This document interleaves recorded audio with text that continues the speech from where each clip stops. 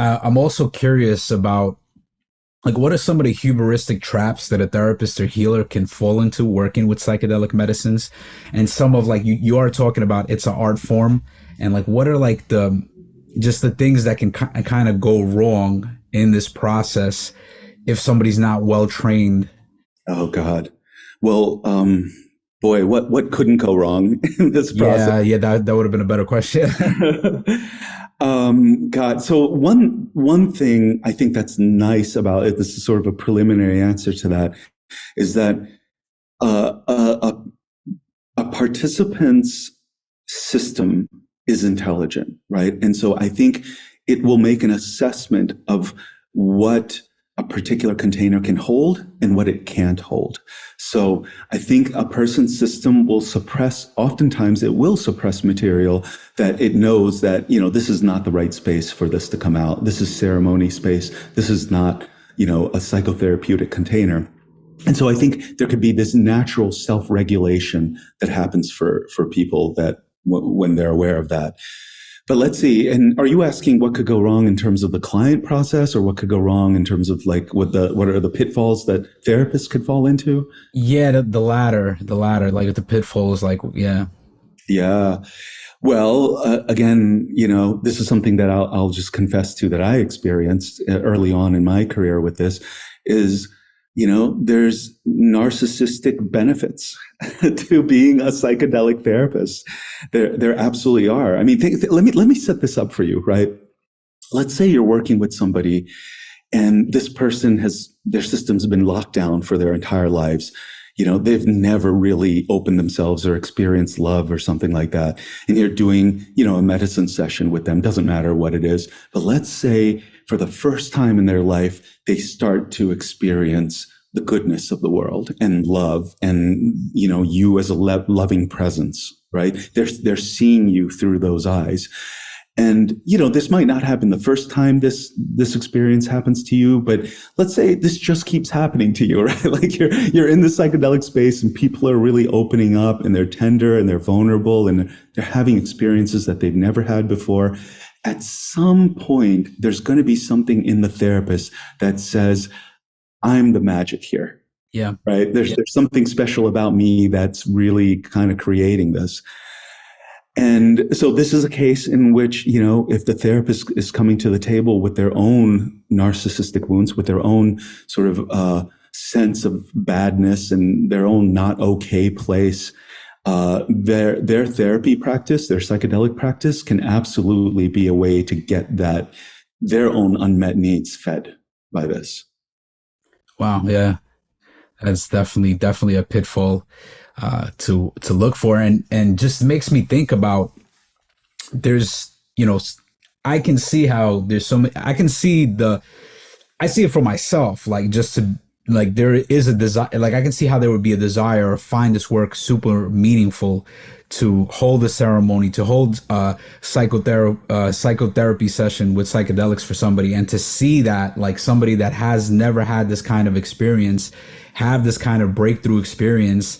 And I can see how that would impact somebody and give them a lot of meaning. And it's like how you really have to do a lot of work on yourself to kind of remove yourself from the process of like, yes, this is a beautiful process. And I'm so grateful and thankful to be able to be a part of it and to witness it, but not to take it personally, and also not to get addicted to it of like, oh, I want people to go deep. I want people to have a breakthrough. I need more and more. I want to heal the whole world kind of thing. Yeah. Oh my God. You're so pointing to it, right? Like, I need you to have a breakthrough is a Yeah. great, because it means something about me if you don't have a breakthrough. So yeah, not to take it personally, right? Like really get your needs met outside of your role as a psychedelic therapist. If you have unmet needs from childhood, like, my heart goes out to you. You're welcome to the human boat. You are one of us, right? And so, but go do your work with that. Go, you be a client in this work and get those needs met. And when that's kind of healed up, then move into the psychedelic space as a practitioner. Yeah, absolutely.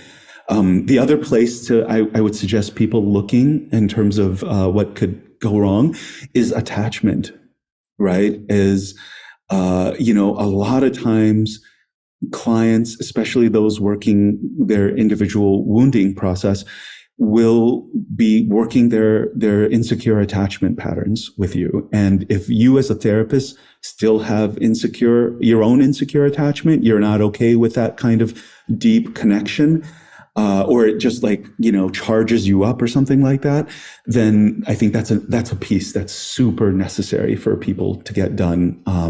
Because it's going to be glaringly obvious in the session if that's not available. If your system's no, this is not okay to go to in terms of our connection because this is not work that I've done. Yeah, it's problematic. Yeah, like this really makes me think about, you've kind of expressed reverence for the ceremonial space and plant medicines and just psychedelics in general. And I feel like that, and my experiences in those settings have been profoundly positive. But there is a lot of stories and stuff that you hear about things really going wrong and a lot of pathological stuff. And I've heard a lot of stuff about ayahuasca shamans that's not pretty. And there is also this kind of thing in the psychedelic spaces that you would hear is like, oh, one session is 10 years of psychotherapy, right? And it's kind of like psychotherapy is kind of looked down upon, which kind of makes sense with a lot of these modalities that are like overly cognitive. As you've already spoke about, there's these limitations, but there is a lot of this work that is very necessary. And if it's bypassed and you just go and you drink ayahuasca and you do all these psychedelics, and then you're like, oh, this is the way, I don't need to actually have the relational model. I don't need to do the psychotherapeutic work. That's kind of a waste. Psychedelics takes care of it. I think that's where the pathology comes from. And that's where you have the ayahuasca shaman that's had an immense amount of this work with ayahuasca. And, they've probably seen a lot of profound things and had a lot of profound experiences. Yet there's something at the core human level that's not resolved that ends up being a pathology during their work with other people. And it just seems like there's a key piece that's being missed. And how do we integrate? Let's integrate the psychotherapeutic stuff with the ceremonial psychedelic, ancient practices. Yeah, beautifully said. I think it's I think it's going to be super useful to have reverence for both. To have reverence for processes that are distinctly human and relational, and then reverence for transpersonal process. And there absolutely is overlap as you're right. Yes. Like one will affect the other.